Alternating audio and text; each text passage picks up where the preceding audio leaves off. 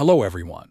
In this video, I'll show you how to fix audio crackling and stuttering in games on Windows.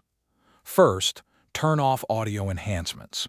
Open Windows Settings, go to System, then Sound. Select your playback device, such as your headphones or speakers.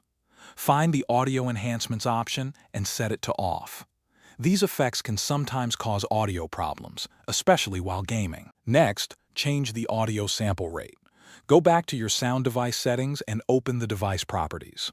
Select the Advanced tab. Under default format, try 24-bit 48000 Hz. If the crackling continues, try 16-bit 44100 Hz instead. Apply the change and test your game again. The next step is to update your audio driver. Right-click the Start button and open Device Manager. Expand Sound, Video, and Game Controllers.